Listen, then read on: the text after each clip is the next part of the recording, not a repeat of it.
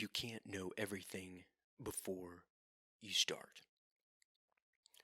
This was a concept that was brought up in the podcasting / life goals accountability group that I'm a part of on Voxer, which is a walkie-talkie app. This was maybe about 6 months ago. That's going to be the topic of today. So I'm going to give a story from my life to add detail to the meaning, or at least the meaning I pull from that statement. So we're going to jump in the DeLorean, make sure the flux capacitor is working, and hit 88 miles an hour and go back to about 2015. So about 7 years ago. I was an IT technician. I actually was an IT technician / shift supervisor. I supervised about 3 to 4 people.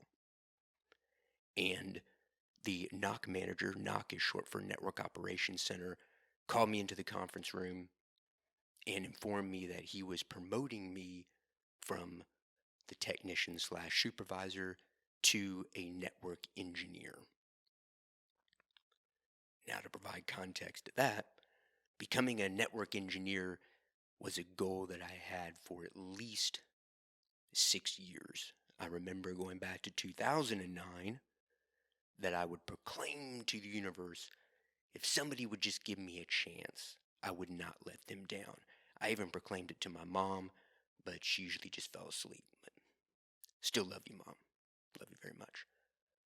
So this is something I've been working on for at least 6 years, and now the goal was finally within my grasp. And I remember I was sitting, and he was kind of like to my right, and he told me this, and he had his laptop open, making notes, I assume, or whatever. And the first thought that came through my mind when he told me I was being promoted was, how can I tell him I don't want the job? I was petrified. And I remember how I felt. I thought I was a fraud. I thought that I did not have the skills necessary to become a network engineer. And that once my manager and everybody else found out that I didn't have the knowledge and the skills, that they would think I was a fraud too. Not only would I be fired, but I would be blacklisted. So it'd be very hard to get another network engineering job. So this was on a Friday. I remember it was a Friday that he told me. And I spent the entire weekend thinking to myself, how can I tell him I don't want the job? And just mulled it over in my mind. And I thought, well, Howard, if you tell him you don't want the job, more than likely he's going to fire you. And rightly so. And then, as I mentioned on the other end of it, well, if I take the job and then I'm just a complete screw up, then they're going to fire me, and then more than likely it's going to be very difficult to find another job like that. So I thought about it another way. I said, what's the worst that can happen if I get fired? Well, I've been fired before. I've been laid off before. And eventually I found my way through it. Took some time. Wasn't easy, but I found my way through it. So I also thought, well, if I don't take the promotion, then I'm going to beat myself up. One, they're never going to offer it again, assuming the small possibility that I'm able to keep my job, the current job that I had as a technician / supervisor. They would never offer me the job again. And I would feel guilty because I didn't try. So I said, okay, Howard, let's give it a shot. As long as we do our best, and preferably you learn new things, it wasn't a loss. Because if you get fired, you can find a way to find another job. Even if you have to go to another city, that's cool. We can find something there. Plus, if you learn something new, then because now you've increased your knowledge and your skills, then the best that you can do is more than what you were previously able to do. So I said, all right, let me give it a shot. So I didn't tell him that I didn't want the job. So there was about a 2-month gap, mind you, a 2-month gap between when he offered me the promotion and I accepted it to when I started. I assume it's HR and budgeting stuff. So I said, all right, Howard, we're taking the job.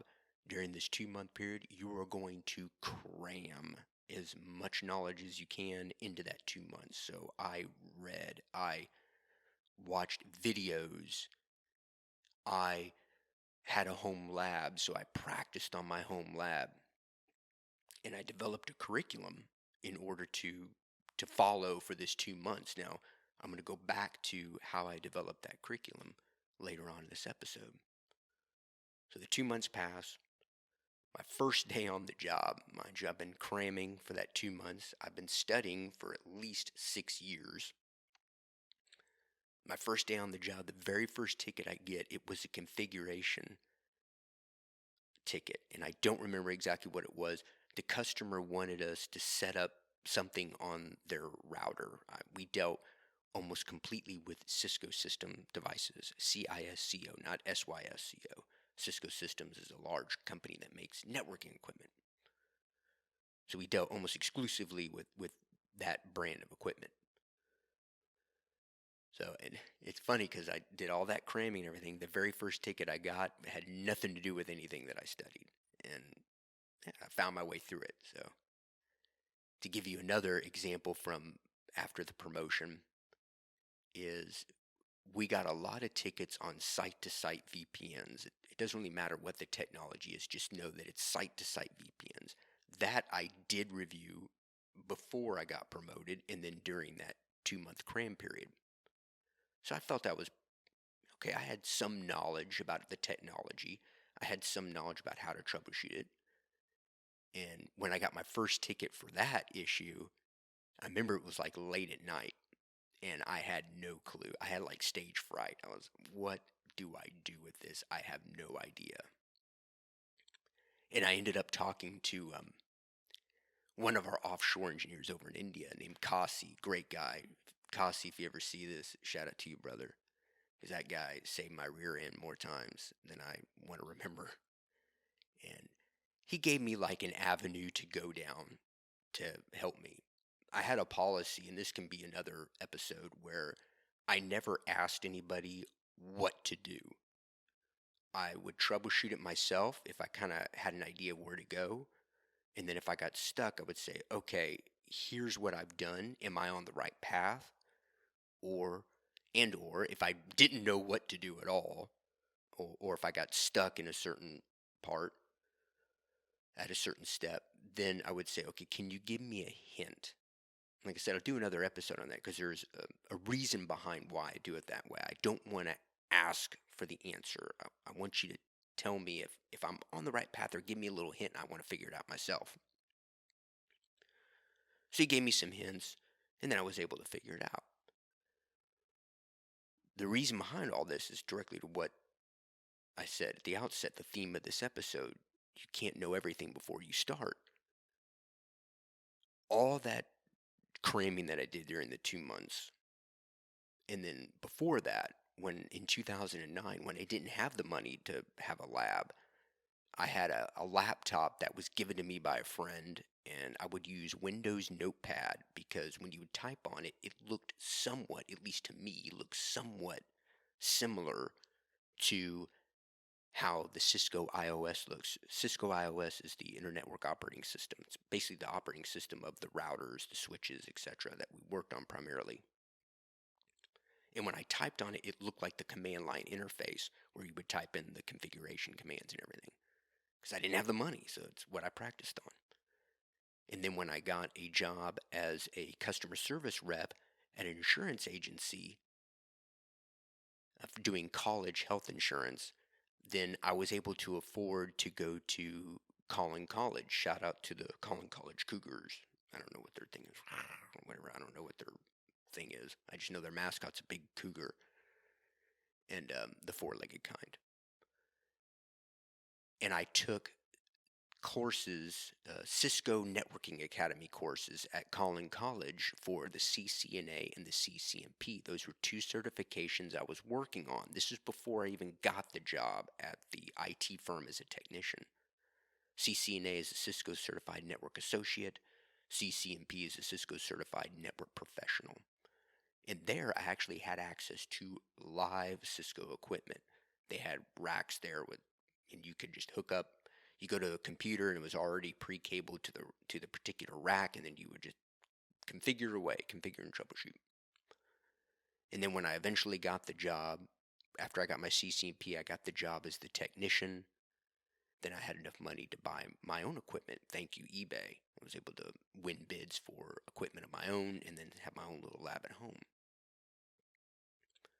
But all the practice on the equipment and notepad, all the reading, I went to Half Price Books and found any Cisco or networking book that I could find and read it. Went to the library and read it. And read it again and again. I mean, I think I read these books like 2 and 3 times. And these are, I'm holding for the audio, I'm holding my fingers like 4 to 5 inches. I mean, some of the books are big, and I'd read through them.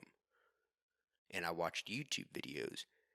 I watched borrowed, and I put borrowed in quotation marks, private company videos, organizations. There's one that people know of. It's 3 letters, and then it's like a gold nugget, if you get my drift. In your IT, you know what I'm talking about.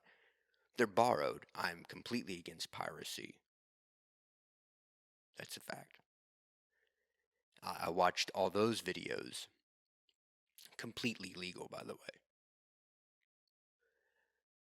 And all that didn't prepare me for the job of being a network engineer. Now, did it help? Yes, it did help because it gave me a foundation of knowledge of the technologies. It also gave me a foundation of different strategies to troubleshoot. But it doesn't prepare you for when you get a phone call from a customer and they tell you, our network is down. We are losing a lot of money every minute. You need to fix it. It doesn't prepare you for I think the company I was with, it had 300 to 400 different customers, and they all had different network topologies. Some were multinational, some were just one office. And a lot of times, I'll refrain that. I was going to say a lot of times, sometimes the network diagrams, we had folders available for the customers, like folders available like on a shared drive that everybody could access. The network diagrams are not up to date. And so you're spending a lot of your time just trying to figure out, okay, this network connects to here, this one goes to here, and then I'm putting in like Visio, and sometimes you use Paint and make a little circle for the router. And you're doing that while trying to troubleshoot. It doesn't prepare you for the service manager. The service managers were like the liaison between the company I work for and the customer. And they would be asking, hey, what's the update? What's the update? What's going on? And this is not a knock on them. The customer, they're usually in the IT department for that company. They got a boss that's on them that they're going to lose their job if this doesn't get fixed. The service manager, they're under the pressure too. And you also have SLAs. Now, I learned how to configure IP SLA as part of Cisco training, but SLAs in terms of contracts, service level agreements. So there's certain milestones that you have to reach within a certain amount of time on a ticket. How fast is it until you grab the ticket, like acknowledge it? How long does it take for you to reach out to the customer? Blah, blah, blah, blah, blah. And all that training I did, it didn't prepare me for actually doing it in the real world. In the 2 years, I think I was a network engineer for 2 years until I got fired. Now, getting fired, that's a completely different episode in irresponsibility on my part. But the 2 years I was there, I learned more about the technology troubleshooting than I did in at least the 6 years prior to that. Reading, watching videos, practicing labs, because real world experience is the best thing to teach you. Reading a book does not substitute for doing it in real life. So that's that part. Now, I do want to say, I almost forgot, going back to the curriculum that I developed. I developed that curriculum based on real world experience. So it's kind of funny that I used my experience as a technician because I could see the tickets coming in. I could see what was going over to the network engineering team. I pointed this way because they were literally, and eventually I was, on the left side of the room. If you're facing from the back of the room to the front, it was on the left side of the room is where the network engineering team is, and that's where I was, and the technicians were on the right side. And then when I was a shift supervisor, I could also see the tickets coming. I could see the emails coming in. So I knew in part what they were getting. And that's how I developed the curriculum. I used my real world experience to develop this curriculum in order to cram for that 2 months. But all that didn't help. I guess I should say it helped somewhat, but really doing the job is where I learned the most. Now, there is a 1B to this. It is somewhat different, but I think it is related. They go, part and parcel together. And that is, the more I learn, the more I realize what I don't know. I actually mentioned that same, I don't know if it's a quote or not, but I mentioned that same statement when I was on with Hussain Abdullah on his podcast, the Busy Moneycast, episode 5 on perseverance, when I talked about the supplements. I said, the more I learn, the more I realize what I don't know. And that's the perfect real life example is the supplements. It's almost daily that I'm learning new things about taxes. I had a whole episode on sales tax, but I'm still learning about sales tax. Learning more about manufacturing, working with manufacturers, about finance, about marketing.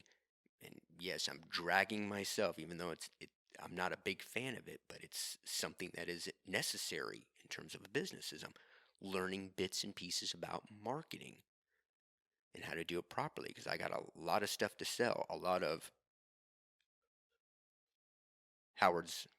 not Howard's Blend, SMB Pre-Workout. I was thinking of actually calling it Howard's Blend Pre-Workout, but we're going with SMB Pre-Workout, so SMBnutrition.com. That's a plug. I'll do another plug. But I'm learning new things every day about the business. I mean, I mentioned it before. I said 3-hour live YouTube video on choline. It was actually 2.5 hours. But I had enough information to go over 3 hours. I just cut some of it out. But after that episode, there are things I'm learning about choline, and I was like, whoa, I didn't know that. Okay, that's something new. So, one second. Sorry, my throat's a little dry. I had to cough. There are new things that I'm learning all the time. And for me, it's a gift, because when I find something that I enjoy, like I still love learning about networking. I love watching videos on, even though they could be old, the technology, the routing protocol is still the same. OSPF, you got Open Shortest Path First, EIGRP. You have RIP, and even RIP version 2 if you want to go old school. And then the big dog, BGP, which, man, that always gave me fits. Like regular expressions always killed me. It was always fun to learn that stuff. You see the smile on my face. I love learning that stuff. And the supplements, I love digging into the science. So when I find something that I enjoy, then knowing that the more I learn, the more I don't know is a gift, because the learning never stops. That's it. We'll wrap up this episode of Howard's Blends. I want to thank you all for tuning in. If you have any questions, comments, please feel free to hit me up. My contact information is in the description of the episode. Also, you can comment on the video if you want as well. If you're looking to take your workouts to the next level, go grab some SMB Pre-Workout. I shorten it just SMB Pre because that sounds kind of cooler. It is available on the website SMB Nutrition. So like S is in spirit, M is in mind, B is in body. SMBnutrition.com. Just got the order in, so we are fully stocked. Grab some. Even though this is Christmas Eve, makes a great stocking stuffer. I guess a late Christmas gift. That's it, folks. Thanks for tuning in. And until next time, buy some SMB Pre. Take care.